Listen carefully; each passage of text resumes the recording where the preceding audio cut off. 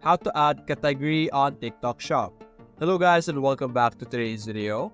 In today's video, we will be showing you how you will be able to add a category on your TikTok Shop. So to be able to do that, that will be under products. So if you select products over here on the left side, you will be able to see manage products or add new products and many others.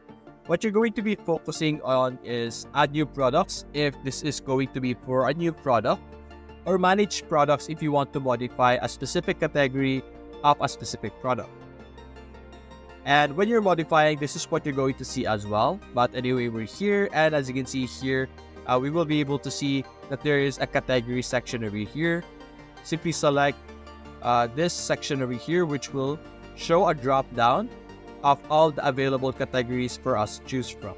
And simply select the category that you want, and it will set up your product for that category.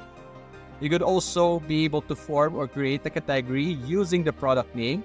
If you have complete brand, content, scope of application, product type, main function, and feature, it will automatically identify and select the category for you as well.